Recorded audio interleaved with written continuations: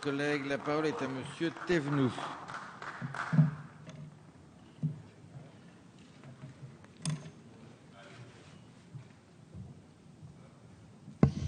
Monsieur le Président, Monsieur le Ministre, Monsieur le rapporteur général, mes chers collègues, nous sommes réunis ce soir pour un débat d'orientation budgétaire et le moins qu'on puisse dire, c'est qu'il y a un vrai débat entre nous au sein de la Commission des finances.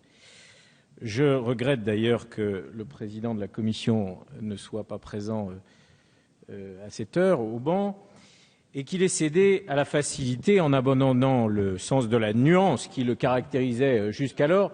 J'espère que vous pourrez lui transmettre mes propos, dans un réquisitoire très approximatif contre la politique budgétaire de la France.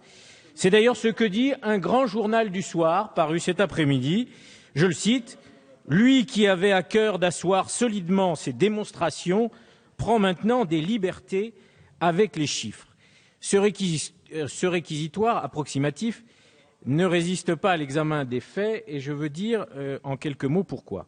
Le président de la Commission des finances justifie sa demande de collectif budgétaire par plusieurs aspects. Premièrement, la transparence. Un collectif budgétaire serait nécessaire en raison de l'absence de transparence du gouvernement.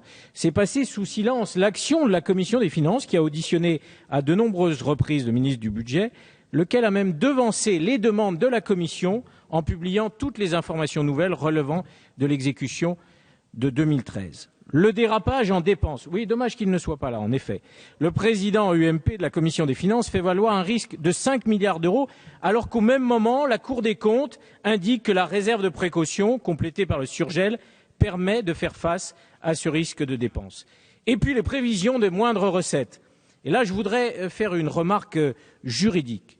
La LOLF ne prévoit pas que le risque de recettes justifie en soi une loi de finances rectificative. La jurisprudence du Conseil constitutionnel a été constante sur ce point. Le président de la Commission des finances nous met donc dans la position très inconfortable de devoir lui opposer la rigueur d'un texte de loi qu'il connaît bien et dont il est censé être le garant à la fragilité de ces allégations. Alors l'ultime hypothèse que je forme, c'est que le président UMP de la Commission des finances, ou plutôt le leader de l'opposition parlementaire dans cette commission, appelle de ses vœux un collectif pour expier les fautes qu'il a lui-même commises. Mais obtenir l'absolution nécessite de respecter un certain nombre de règles. L'absolution découle d'abord de la confession, mon cher collègue de Courson, ensuite de la contrition, mais jamais de la transmission des péchés. Que la droite cherche à faire oublier son héritage, c'est compréhensible tant il est lourd à porter. Elle ne veut pas faire son devoir d'inventaire. Je veux donc l'aider un peu dans cet exercice de mémoire difficile, de dépassement de soi et d'autocritique. Sous les gouvernements de droite, la dette publique a été doublée. Elle a doublé, elle est passée de 900 milliards à 1 800 milliards d'euros en 10 ans. Sous les gouvernements de droite, le déficit structurel s'est creusé de 1,8 point de PIB en 5 ans et les dépenses publiques ont dérapé en moyenne de 2% par an. Sous les gouvernements de droite, l'instabilité fiscale a été permanente, avec pas moins de 15 collectifs budgétaires. Il est d'ailleurs contradictoire de plaider à la fois pour la stabilité financière et budgétaire et de réclamer à tout propos un collectif budgétaire. Sous les gouvernements de droite, la France a perdu plus de 7 milliards d'euros de contentieux fiscaux avec l'Europe. Pour mémoire, ces jugements qui étaient connus du gouvernement Fillon n'ont fait l'objet d'une provision que de 900 millions d'euros dans le budget 2012. Sous les gouvernements de droite, il a été voté, je veux le rappeler, une TVA sociale qui aurait eu pour conséquence un effet récessif sur la consommation de 11 milliards d'euros en 2013. Sous les gouvernements de droite, l'injustice fiscale a privé l'État de recettes au profit des contribuables les plus fortunés. Pour mémoire, le coût du bouclier fiscal entre 2007 et 2012 a été estimé par la Cour des comptes à 3,6 milliards d'euros. Là voici la vérité des chiffres que réclame le président UMP de la Commission des finances qui vient de nous rejoindre. La Cour des comptes que nous avons auditionnée la semaine dernière a certifié que la dépense était tenue.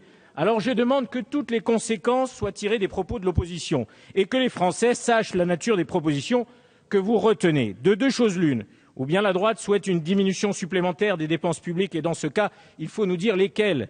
Des moyens en moins pour l'école, des moyens en moins pour l'emploi, des moyens en moins pour la sécurité, ou bien elle souhaite des recettes supplémentaires de 20 milliards et donc elle doit nous dire quels sont les impôts qu'elle veut voir augmenter. Pour un groupe politique qui dénonce sans cesse le matraquage fiscal, vous conviendrez là encore qu'il y a une certaine incohérence. Nous ne souhaitons pas une hausse d'impôts de 20 milliards supplémentaires qui pénalisera le pouvoir d'achat des Français dans cette période difficile. Le gouvernement n'y souscrit pas, la majorité parlementaire s'y oppose. C'est le sens de la politique que nous menons. Ne pas ajouter, Monsieur le Président de la Commission des finances, de l'austérité à la crise, ne pas ajouter de l'instabilité à la récession, ne pas ajouter de l'injustice au chômage. Je vous remercie. Merci, mon cher